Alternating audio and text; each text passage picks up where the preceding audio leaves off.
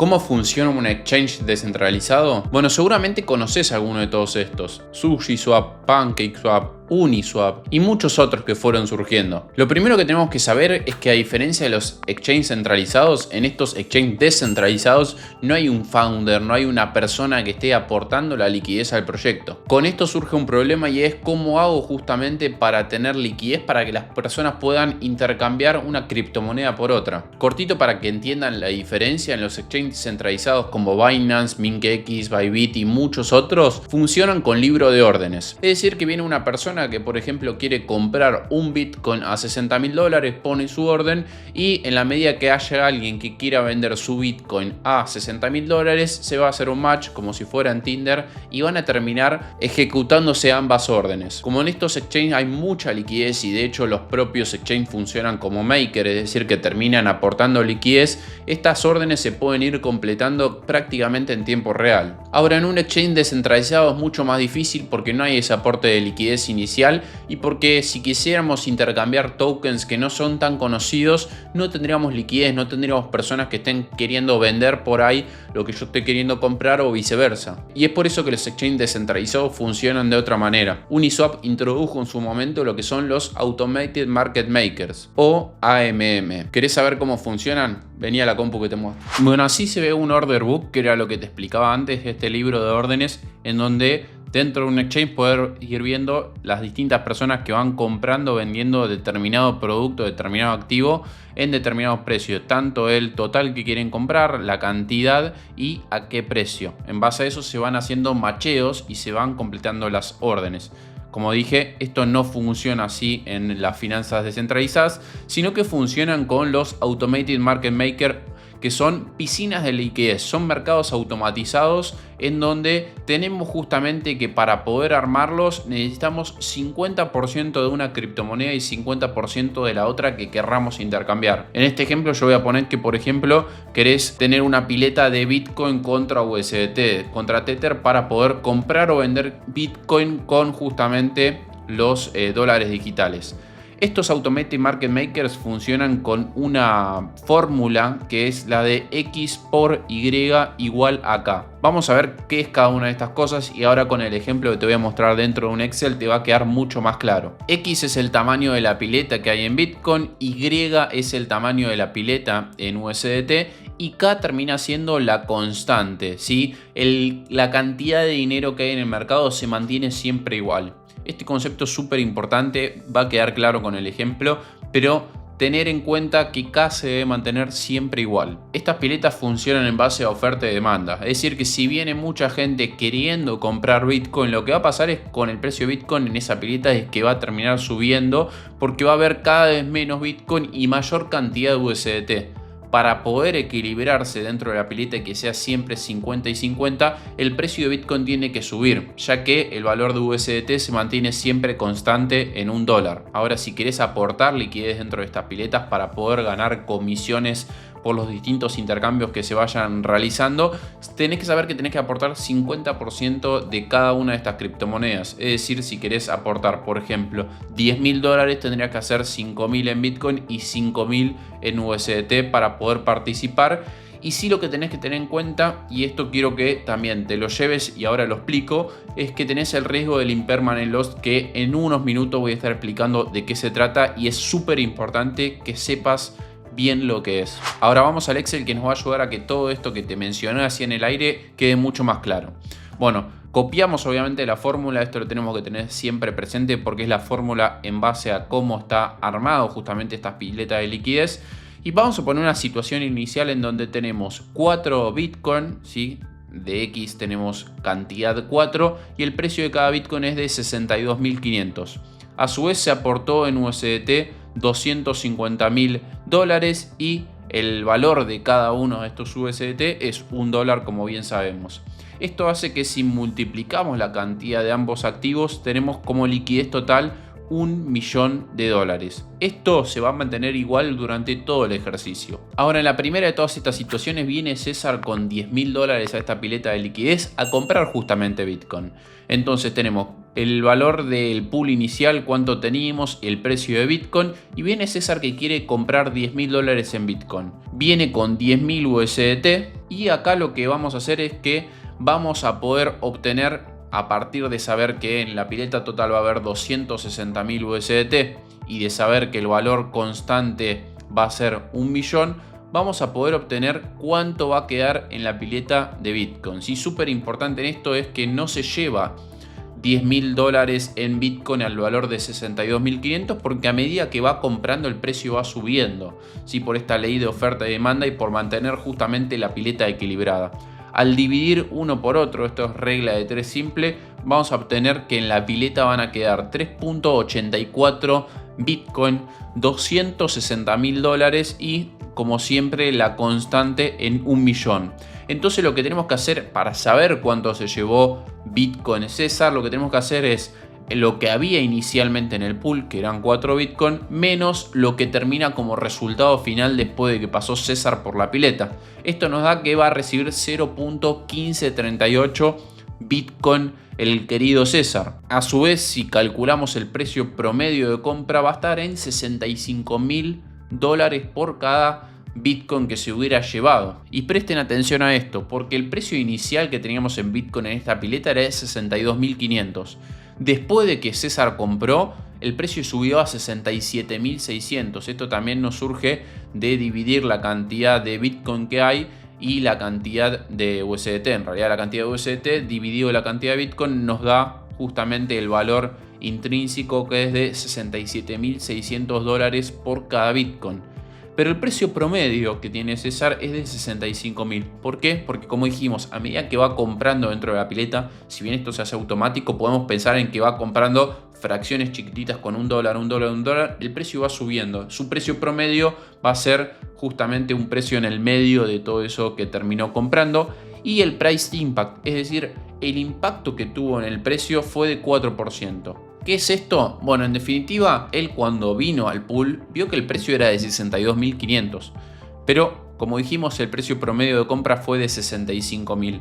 Este es el impacto en el precio que tiene él al meterse en esta pileta. En esto hago una aclaración súper importante, y es que puse un ejemplo con una pileta de liquidez que tiene muy poca liquidez, que termina llevándose una parte importante, y por eso tenemos un 4% de impacto en el precio. Si en caso de $10.000 César hubiera puesto $1.000, el impacto en el precio sería mucho menor, porque él termina desbalanceando menos esa pileta de liquidez, entonces no hay tantas variaciones en el precio. Ahora, por caso contrario, si hubiera puesto $100.000, el impacto en el precio sería altísimo, porque esas últimas fracciones de Bitcoin que se termine llevando con esos $100.000 le saldrían realmente caros. Vean cómo si pongo justamente 100.000 USDT que pone César para comprar, nos termina dando que el precio promedio de compra se va a 87.500 y el precio de Bitcoin a 122.500 después de que César pasa. ¿Por qué? Porque justamente se termina llevando una gran parte de toda la liquidez que hay en esta pileta, y eso hace que el precio suba. Ahora, en este ejemplo lo que vimos es que el precio de Bitcoin subió,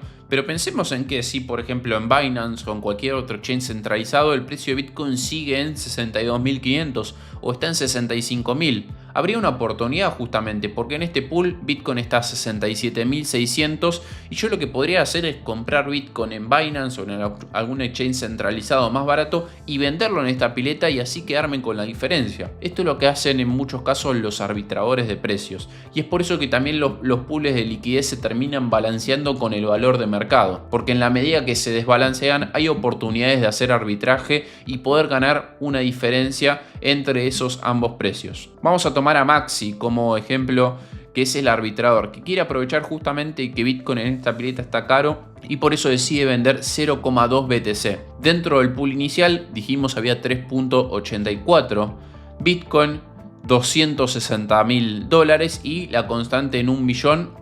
En estos momentos, cuando viene Maxi y ve esta oportunidad, Bitcoin está en 67.600. Maxi viene con 0,2 Bitcoin, vamos a sumarle acá 0,2 Bitcoin, y esto nos da que al final de la pileta va a haber 4.04 Bitcoin, y a partir de ahí es que podemos también obtener cuántos USDT van a terminar habiendo en la pileta, que en este caso son 247.148. Tras el paso de Maxi, el arbitrador, el precio de Bitcoin termina en 61.082. El arbitrero recibió en definitiva 12.852 dólares porque hacemos la cantidad de USDT que había inicialmente, 260.000, menos lo que termina quedando en la pileta, que lo calculamos a partir de la fórmula en donde ya tenemos dos datos, el valor de la constante y el valor de la cantidad de Bitcoin que hay en la pileta. El único dato que nos falta en esta regla de 3 simple, en este despeje de la fórmula, es el valor de USDT. Por eso,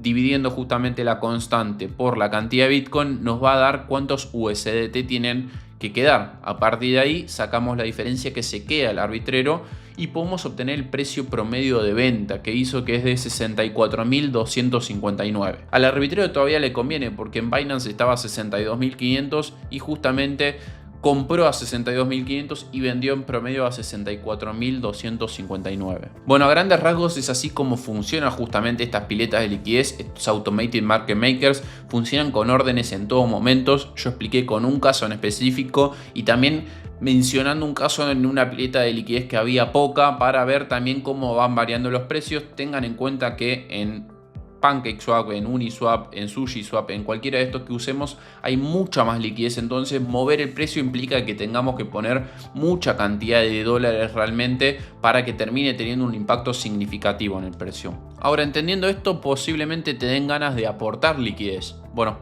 espera un poquitito porque te quiero explicar qué es el Impermanent Loss que tenés que tener en cuenta a la hora de aportar liquidez. Si vamos por ejemplo a SushiSwap Exchange, que está dentro de la red de Rustock, vemos cómo tenemos distintas piletas, por ejemplo de DOC contra RUSDT, Wrapped Bitcoin contra RUSDT y también cuánto nos va a estar dando de APR, es decir, que nosotros por aportar liquidez terminamos teniendo un rendimiento.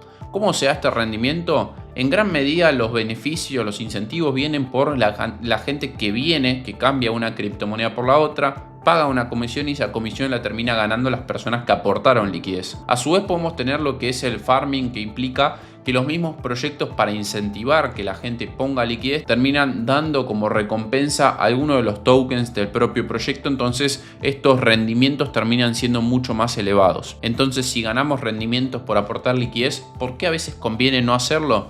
Bueno, acá entra lo que es el Impermanent Loss. El Impermanent Loss es una pérdida impermanente, no se realiza hasta que vos no salís de la pool y tiene que ver con la diferencia que tenés entre comprar esas criptomonedas y no hacer nada. En el caso del ejemplo de Bitcoin y USDT, yo puedo comprar Bitcoin y USDT y mantenerlo en mi billetera y no hacer nada, versus el aportar liquidez dentro de un pool de liquidez. Súper importante entender que cuando uno aporta liquidez deja de tener esas criptomonedas. Uno no es más dueño de Bitcoin y USDT, sino que termina teniendo un porcentaje de esa pileta de liquidez, lo que se conoce también como Liquidity Provider Tokens. Y como dije que estas piletas se tienen que mantener siempre en una proporción de 50-50, si el precio de una criptomoneda sube respecto de la otra, lo que va a hacer es se va a vender para justamente tener más de la otra y vos vas a, en definitiva, terminar teniendo, por ejemplo, un 10% de la pileta de liquidez. Si un activo sube y el otro baja, vos vas a tener menos de ese activo que subió porque su precio es mayor